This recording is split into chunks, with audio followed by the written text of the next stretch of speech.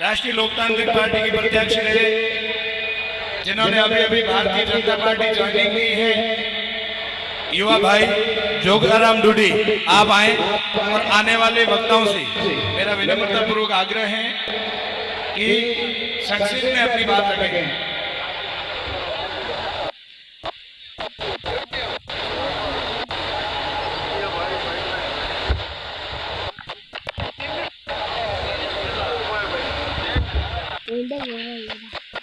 जय बोलिए चित श्री खेमा बाबा की,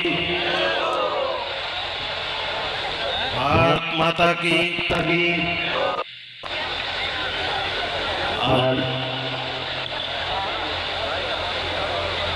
मैंने भी बीजेपी पार्टी ज्वाइन की है, 5 साल राष्ट्रीय लोकतांत्रिक पार्टी में काम किया था, लेकिन इस बार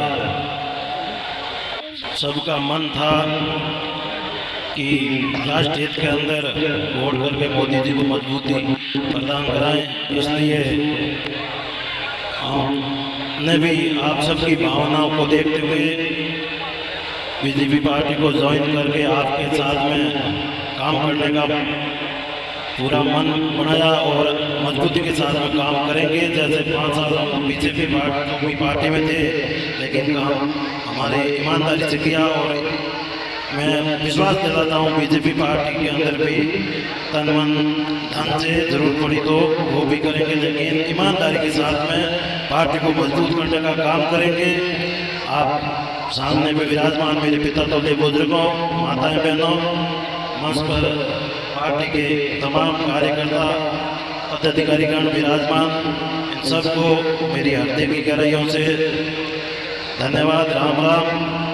मेरा आप सभी से यही आग्रह निवेदन है कि आप सभी सोच समझ करके ये 26 तारीख वाले मन का दिन है, इस पर हमें विचार करना होगा कि मैं किस तरह भारत को 70 साल जो लौटने वाली कांग्रेस सरकार आज गुमराह बना करके वोट बटोरने का काम कर रही है, इसके ऊपर हमें ध्यान न दे करके बीजेपी पार्टी को मजबूत करें, ताकि 5 साल हमारे राजस्थान के अंदर भी बीजेपी की सरकार है और ऊपर भी मोदी जी की सरकार बनने जा रही है। तो मैं तो आप सभी से आग्रह करूंगा कि आप बीजेपी को वोट करें और कैलाश जी को यहाँ से जीता कर भेजें, ताकि हमारे शहर का विकास होगा और आने वाली हर सुविधा का लाभ मिलेगा। अब मैं उन कांग्रेस के प्रत्याशियों को भी पूछता हूं कि वो बोल रहे हैं कि हम विकास कराएंगे, कैलाश जी ने ये विकास नहीं करवाया, वो नहीं करवाया। तो आपके पीछे 5 साल कांग्रेस की सरकार थी, उस समय आपने क्या करवाया? उस समय जो विधायक थे वो तो इस्तीफा दे रहे थे कि हमारी सरकार में कोई सुनवाई नहीं होती है, काम नहीं हो रहा है, इसलिए हम इस्तीफा दे रहे हैं। तो आज वो कैसे विकास करवा देगा? ये सारी गुमराह बनाने की बातें हैं, कोई विकास नहीं होगा। विकास तो भाई जिसके पास चाबी होगी वही करवाएगा, ऐसे मेहमान बन के जाने वाले विकास नहीं करा सकते। और रही बात बोलते कि कैलाश जी क्षेत्र में नहीं आए, तो कैलाश जी के पास में पूरे भारत की जिम्मेवारी थी और वो सरकार के अंदर मंत्री थे, तो उनकी जवाबदारी पूरे भारत को ध्यान रखने की थी, इसलिए वो कम आए। लेकिन अपने जहाँ जरूरत पड़ी उस समय वो हाजिर मिले, अपने काम में कोई कमी नहीं रही। और बाकी व्यक्तिगत कोई आदमी से घर घर घूम करके कोई मिल नहीं सकता, ये सब भ्रमित करने की बातें हैं। बाकी मैं समझता हूँ कि भारतीय पार्टी की दोनों जगह सरकार रहेगी तो उसमें हमें काम करने का मौका मिलेगा, जो कैलाश जी को यहाँ जीता करके भेजेंगे तब। और नहीं तो अगर पीछे 5 साल कांग्रेस की सरकार थी, इस बार अगर भूल करती तो फिर विकास की बातें फिर मोदी जी को बोलेंगे कि मोदी जी ने कुछ नहीं करवाया। आप वोट दे करके यहाँ से जीता करके भेजोगे तो सारे काम होंगे, और जो हम सोच भी नहीं सकते वो भी काम होंगे। और इन जो कांग्रेस के प्रत्याशी है उनके चक्कर में कोई आप भूल से वोट खराब मत कर देना। क्योंकि उसके साथ हमने 5 साल काम किया है।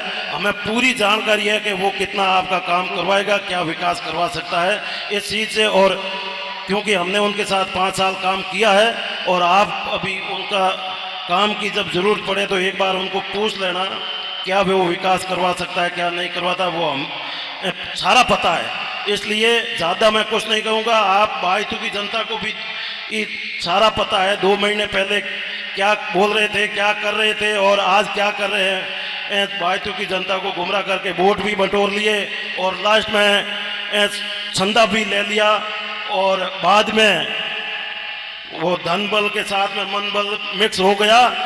इसलिए उसके चक्कर में आप मत पड़ना। वो बोल रहे थे कि मेरे को लोग बोल रहे कि आपके पास में पार्टी सही नहीं है, लेकिन कि मेरे तो यही पार्टी काम आएगी। जो व्यक्ति मेरे को इस मंच पर तक पहुंचाया मैं उनको कभी नहीं छोड़ूंगा। ऐसे गुमराह करके भोली भाली जनता से चंदा भी लिया था, लेकिन जब चंदा लेकर के पूरा खजाना भर गया तो वो तुरंत भाग गया। अब 2 महीने के अंदर ही वो इतना बड़ा धोखा कर सकता है उस व्यक्ति के साथ, तो आपको वो क्या दे सकता है, आप ये समझो। वो बोल रहा है कि मैं धोखा नहीं करूंगा, और 2 महीने पहले आपने धोखा किया है बायतू की जनता के साथ में, फिर किया है जिसने आपकी पहचान बनाई उस नेता के साथ में। तो अब 1 महीने बाद में अपना नंबर लगेगा। इसलिए आप सब समझदार हो, जागरूक व्यक्ति हो और अपना मत बीजेपी को दें और मोदी जी का हाथ मजबूत करें। इतना ही मैं आपको बताऊंगा, क्योंकि मेरी पीड़ा मैं जानता हूं। उन व्यक्ति के साथ में मैंने काम किया है 5 साल। इसलिए आप सबको सोच समझ करके वोट करना है, मोदी जी को मजबूत करना है। जय हिंद, जय जवान, जय किसान, एकता जिंदाबाद।